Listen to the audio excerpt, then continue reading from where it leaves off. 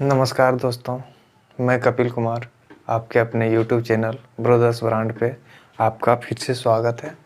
चलिए आज से शुरू कर रहे हैं हम लोग NTPC previous year question math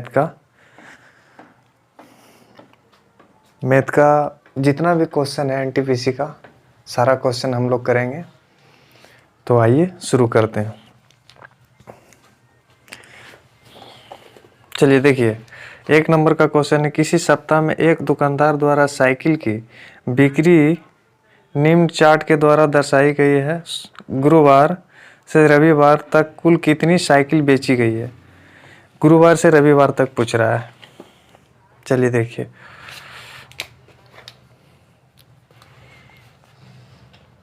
question क्या है, गुरुवार से रविवार तक।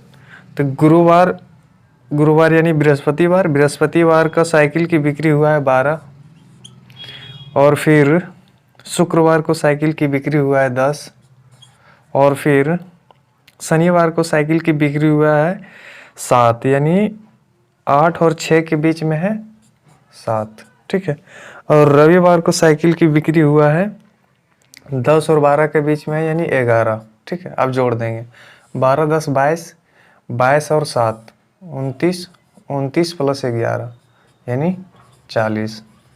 गुरुवार से रविवार तक साइकिल की बिक्री हुई है 40। ऑप्शन नंबर सी आपका आंसर। चलिए आगे देखिए, अगला क्वेश्चन है 2 नंबर का। आगे है 16 के वर्गमूल तथा 4 के वर्ग का गुणनफल ज्ञात कीजिए।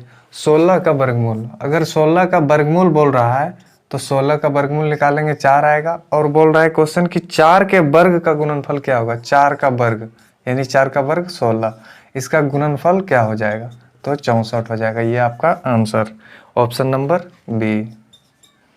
चलिए देखिए 3 नंबर का क्वेश्चन क्या है। 3 नंबर है, दिख रहा है ना। हाँ, 3 नंबर है √1 माइनस साइन स्क्वायर थीटा भागा 1 माइनस कोस स्क्वायर थीटा। देखिए ये फॉर्मूला आप लोग पढ़े होंगे, sine square theta plus cos square theta बराबर 1। ठीक है, बस वहीं से आया है। तो इसको हम ऐसे भी लिख सकते हैं, 1 माइनस साइन स्क्वायर थीटा को हम कोस स्क्वायर थीटा भी लिख सकते हैं। कोस भी रूट हटेगा तो स्क्वायर खत्म हो जाएगा, कोस थीटा भी लिखेंगे। ठीक है, और फिर भाग है तो ये बटा में आ जाएगा, ये वाला यहाँ आ जाएगा। तो 1 माइनस कोस स्क्वायर थीटा को अगर रूट हटा तो स्क्वायर हटेगा, तो यहाँ पे आ जाएगा साइन थीटा। ठीक है, तो कोस थीटा बटा साइन थीटा। देखिए साइन थीटा बटे कोस थीटा बराबर होता है टेन थीटा। तो ये उल्टा है, तो टेन का उल्टा क्या हो जाएगा, कोट थीटा। कोट थीटा आपका ऑप्शन नंबर ए। ठीक, 3 नंबर का हो जाएगा ऑप्शन नंबर ए। चलिए 4 नंबर देखते हैं।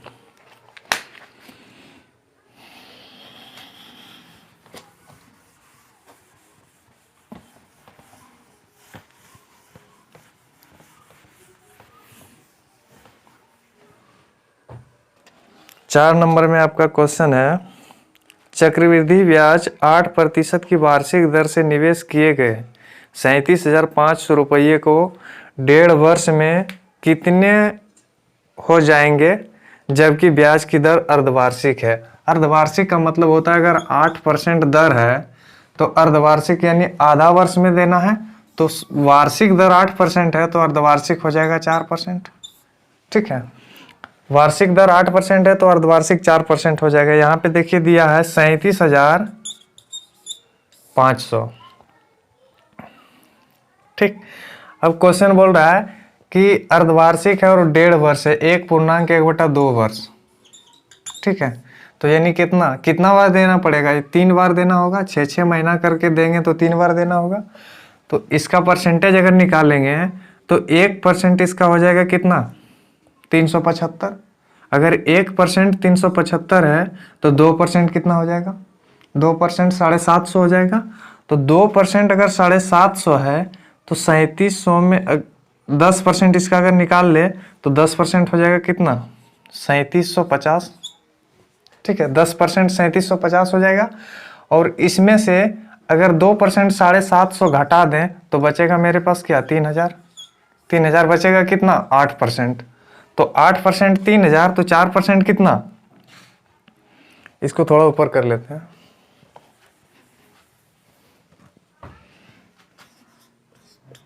3700, 37,500। 8% अगर 3000 है तो 4% 1500, यानी फर्स्ट बार इसको 1500 रुपया देना होगा ब्याज। चक्रवृद्धि ब्याज में होता क्या है, अगर आपका जो ब्याज है, जो आपका ब्याज लग रहा है, उसका अगले साल फिर मूलधन में जुड़ जाता है और उसका भी ब्याज लगता है। तो ये एक बार हो गया, देना हमको कितना बार है, 3 बार, फिर से देंगे तो इसका फिर 4% देंगे, 1500 हो जाएगा। ठीक है, और ये 1500 जो है इसका फिर हम 4% देंगे। ठीक, तो 1500 का 4% कितना हो जाएगा, 1% इसका 15 हो जाएगा, और 4% 15 चौका 60, 2 बार हो गया।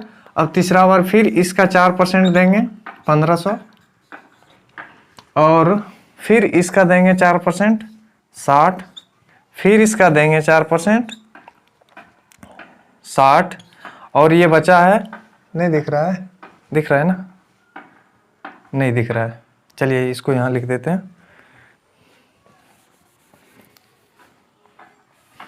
तीसरा इंस्टॉलमेंट वाला इधर लिख देते हैं,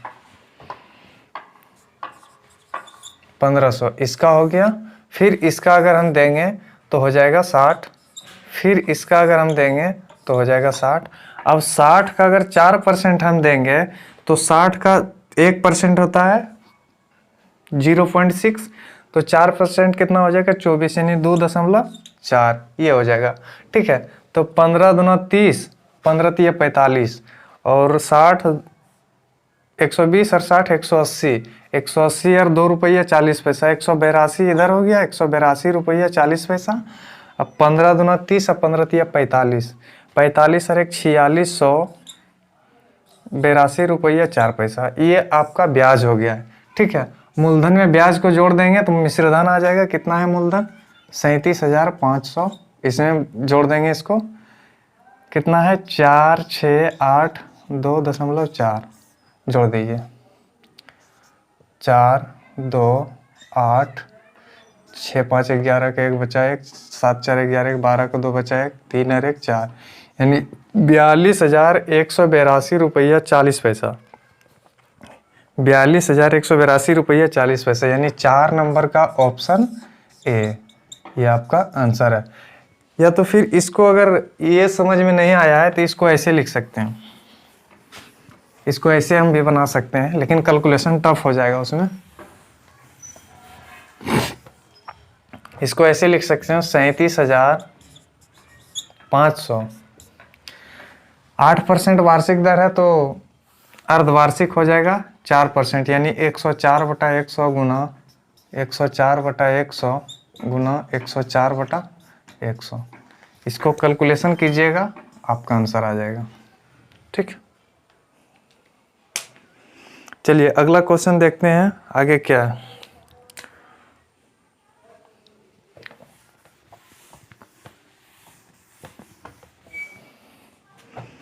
आगे आपका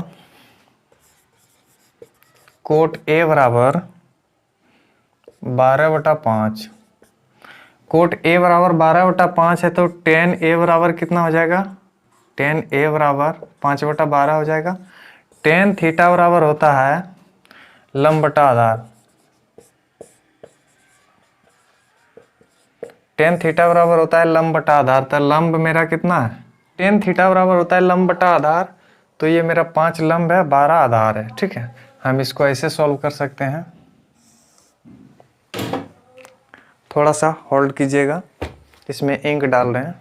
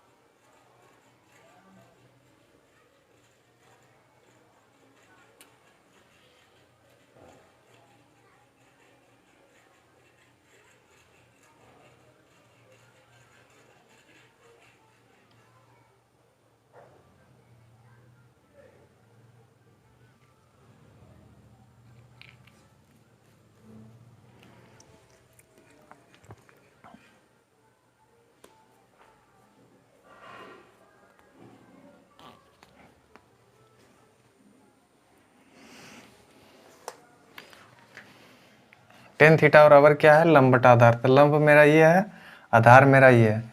इसका ट्रिपलेट होता है 5, 12 और 13, तो ये मेरा 13 हो जाएगा। अब कुछ क्वेश्चन क्या पूछ रहा है, यहाँ तक तो कोई दिक्कत नहीं है। और क्वेश्चन क्या पूछ रहा है देखिए आगे। क्वेश्चन पूछ रहा है साइन ए प्लस कोस ए, साइन ए प्लस कोस ए, ठीक है, इंटू कोसेक ए, कोसेक ए, ठीक है। तो साइन थीटा बराबर क्या होता है, साइन थीटा और कोस थीटा का मान पुट कर देंगे और जो आएगा उसके बाद कैलकुलेशन कर देंगे। देखिए साइन थीटा बराबर होता है लंब बटा कर्ण, तो लंब मेरा 5 है, कर्ण मेरा 13 है, कोई दिक्कत। साइन थीटा बराबर होता है लंब बटा कर्ण। और कोस थीटा बराबर होता है आधार बटा कर्ण, आधार मेरा 12 है, कर्ण मेरा 13 है, ठीक है। जब ये दोनों नीचे वाला समान होता है तो इसको हम डायरेक्ट जोड़ सकते हैं। तो जोड़ेंगे डायरेक्ट तो कितना आ जाएगा, 12 5 17, 17 बटा 13 गुना कोस थीटा साइन थीटा का उल्टा होता है। साइन थीटा कितना है मेरा, साइन थीटा 5 बटा 13 है। कोसेक थीटा जो है साइन थीटा का उल्टा होता है, तो 13 बटा 5 कर देंगे यहाँ। इसको काट देंगे, काटने के बाद मेरे पास बचेगा क्या, 17 बटा 5। ये 17 बटा 5 आपका ऑप्शन नंबर बी में है, 5 का बी, ये आंसर आपका।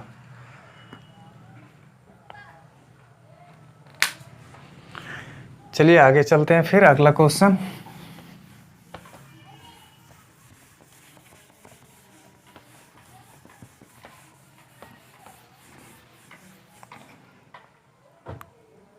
अगला क्वेश्चन है, एक आदमी 25% की हानि पर एक गेज को 4200 रुपये में बेचता है। उसे 25% लाभ कमाने के लिए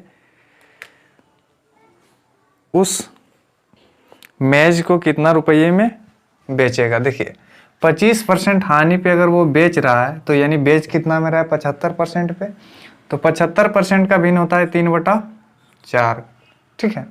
इसके बराबर कितना है, 4200 रुपया, ठीक।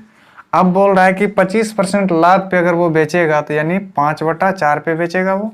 25% लाभ का मतलब है 125/100। इसको काटेंगे तो 5/4 आ जाएगा। इसको इससे काटते हैं कितना हो जाएगा, 14 तिया 42, ये इधर गुना हो जाएगा 14 चक्का 56, ठीक है। या तो इसको यहाँ से आप डायरेक्ट काट भी सकते हैं कैलकुलेशन शॉर्ट करने के लिए। 4 से 4 को ख़त्म कर सकते हैं, 14 25 70, यानी 7,000 रुपये में अगर वो बेचेगा तो उसको 25% का लाभ होगा। अगला क्वेश्चन है, दो स्थान ए और बी के बीच की दूरी 300 किलोमीटर है। ए और बी की बीच की दूरी 300 किलोमीटर है, ठीक है। दो स्कूटर ए और बी से एक साथ एक दूसरे की ओर बढ़ता है। 2.5 घंटे बाद उसके बीच की दूरी जो है 25 किलोमीटर रह जाती है। यदि स्कूटर की चाल यानी दोनों स्कूटर की चाल प्रति घंटा ज्ञात करने बोल रहा है। तो देखिए यहाँ पे 2.5 घंटा चला दोनों स्कूटर, तो 25 किलोमीटर इस दोनों के बीच की दूरी रहा, तो बचा यानी तय कितना किया है, 275 किलोमीटर दूरी तय कर लिया है वो 2.5 घंटा में। तो जितना घंटा में 275 किलोमीटर दूरी तय किया है उसको हम भाग दे देते हैं, पॉइंट उड़ाएंगे, यहाँ 10 आ जाएगा। इसको इससे भाग दे देंगे, 11 बार में लग जाएगा, यानी 11 गुना 10 करेंगे तो 110। यानी दोनों की चाल जो है 1 घंटा में 110 किलोमीटर होता है, यानी दोनों मिल के 110 किलोमीटर दूरी तय करता है 1 घंटा में, ठीक है। तो यहाँ पे देख लीजिए ऑप्शन में 110 वाला ऑप्शन एक ही ठो है, 50 और 60, 50 और 60, ठीक है। तो ऑप्शन नंबर ए हो जाएगा इसका।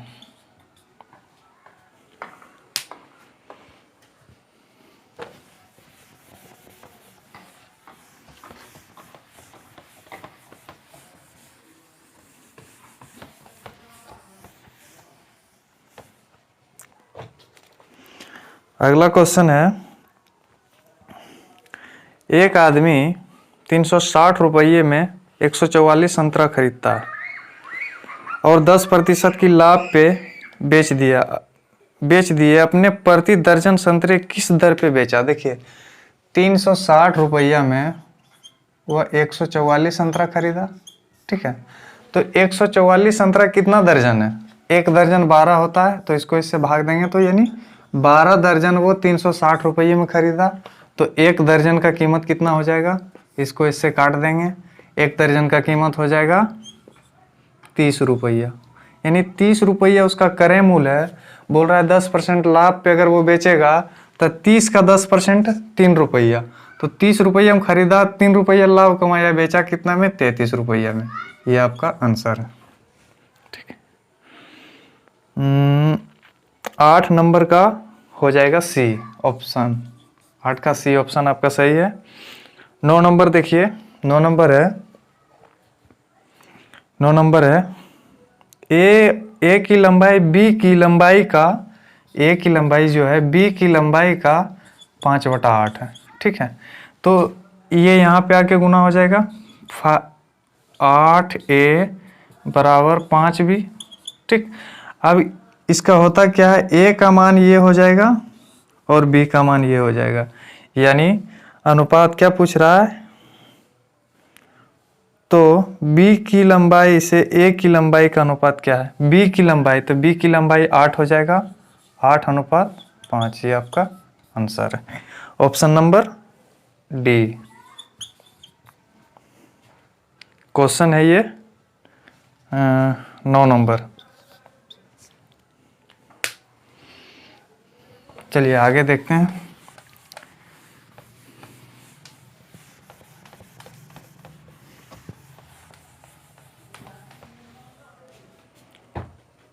सौ क्वेश्चन रोज लेके चलेंगे जब तक एनटीपीसी का ये मैथ खत्म नहीं हो जाता है। 100 क्वेश्चन रोज लेके चलेंगे और फिर एक सेट ये चलेगा और एक सेट आपका चलेगा रीजनिंग, यानी रीजनिंग भी बताएंगे और मैथ भी बताएंगे। अगला क्वेश्चन है 10 नंबर। 10 नंबर देखिए, क्वेश्चन बोल रहा है दो क्रमानुपात संख्याएं ज्ञात कीजिए जिसमें पहले अंक का 3 गुना दूसरे अंक के दोगुने से 5 अधिक है। पहले अंक का 3 गुना, ऐसा क्वेश्चन अगर आए तो इसको ऑप्शन से सॉल्व कीजिए, तुरंत सॉल्व हो जाएगा। देखिए ऑप्शन है 5 और 6, एक ए नंबर। फिर बी नंबर का ऑप्शन है 6 और 7। सी नंबर का ऑप्शन है आपका 7 और 8। और डी नंबर का ऑप्शन है आपका 9 और 10। 9 और 10। क्वेश्चन बोल रहा है पहले अंक का 3 गुना दूसरे अंक के दुगने से 5 अधिक है। तो पहले अंक का 3 गुना, इसका 3 गुना करेंगे तो 15 हो जाएगा। अब बोल रहा है दूसरे अंक के दुगने से 5 अधिक है, इसका दुगना करेंगे 12 हो जाएगा। क्या ये 5 अधिक है? नहीं, ये ऑप्शन नहीं होगा। इसको करते हैं, इसका हो जाएगा 6 या 18, इसका दुगना हो जाएगा 7 दूना 14। ये 5 अधिक है? नहीं है। इसको करते हैं 7 या 21 हो जाएगा ये, और इसको करते हैं 8 दूना 16। देखिए ये 5 अधिक है? हाँ है, ये आपका ऑप्शन सही है आंसर। चलिए आगे देखते हैं 11 नंबर।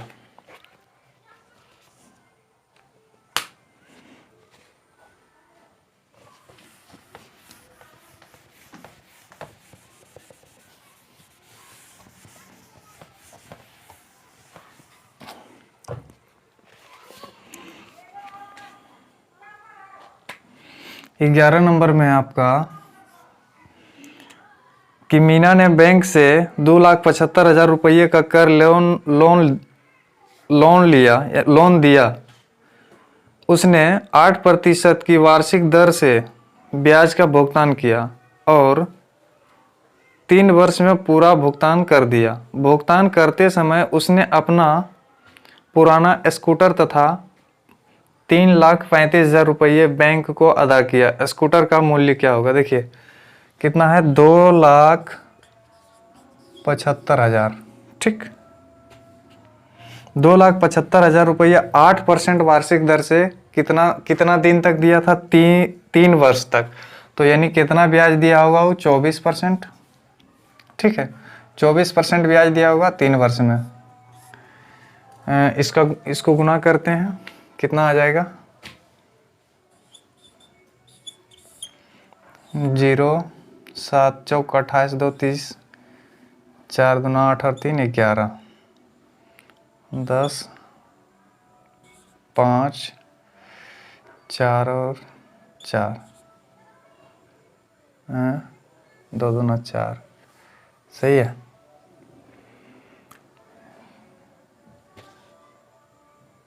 सॉरी, यहाँ 5 हो जाएगा। 7 दूना 14 और 1 15 के 5 हो गया। 2 दूना 4 और 1 5, 0 0 6 6, यानी और 1 0 ये आ जाएगा यहाँ पे। 66,000 रुपया उसका ब्याज हो गया, यानी 66,000 ब्याज हो गया उसका। और वो 2 लाख, इसको थोड़ा मिटा देते हैं, चलिए यहाँ पे लिख देते हैं।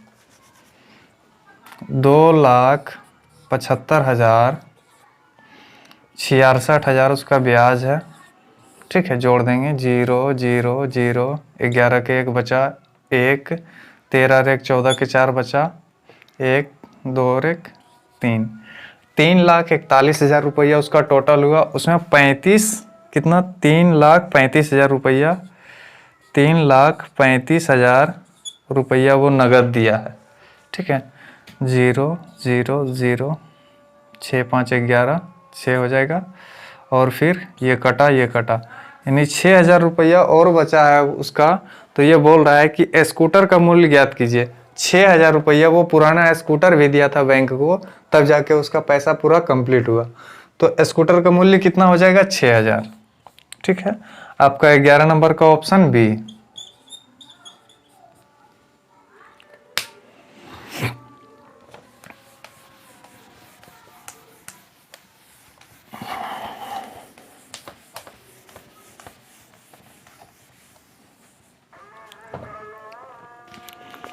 चलिए 12 नंबर है।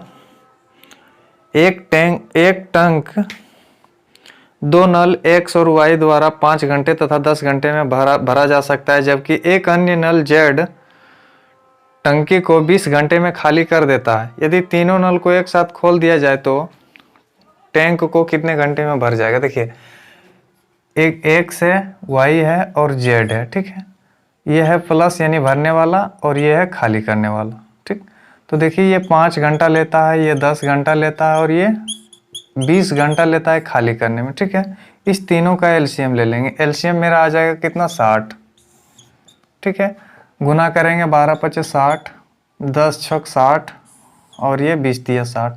ये देखिए भरने वाला, ये भी भरने वाला, ये खाली करने वाला है। इस दोनों को जोड़ेंगे, 12 6 18, 18 में 3 को घटा देंगे, कितना बचेगा? 15। टोटल वर्क मेरा कितना है? 60। 60 में अगर 15 से हम भाग दे देंगे, बचेगा मेरे पास क्या? 4, यानी 4 घंटे में टंकी जो है भर जाएगी। बात समझे? Option number B. अगला क्वेश्चन है,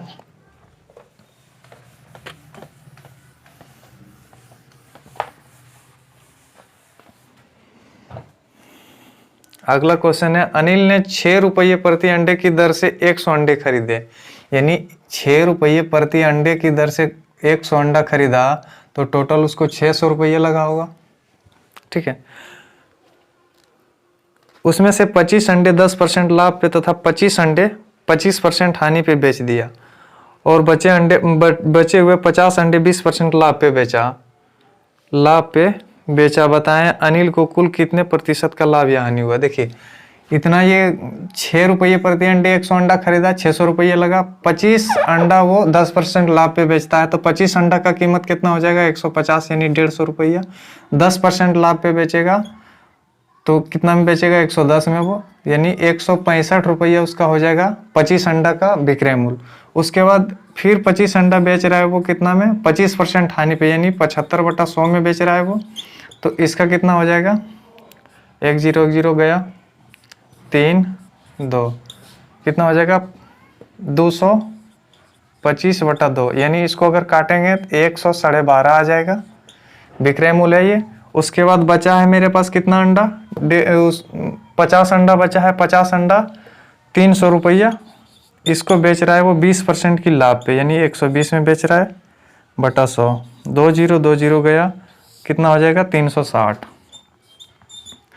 यानी टोटल को जोड़ेंगे 165, 112.5 और 360, 5 7 6 6 12 1 13, 3 बचा 1 3 4 और 1 5 6, यानी 637 रुपया इसका विक्रय मूल्य हुआ।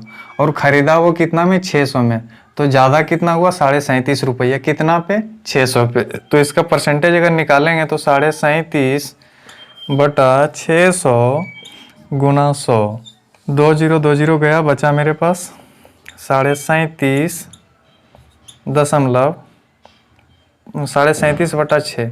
अब इसको अगर काटेंगे हम तो डायरेक्ट काट देते हैं, 6 छक 36, 6.25, ये आपका कितना हो जाएगा, लाभ हुआ है 6.25%, यानी 6.25% आपका लाभ हुआ। बात समझे? चलिए आगे देखते हैं।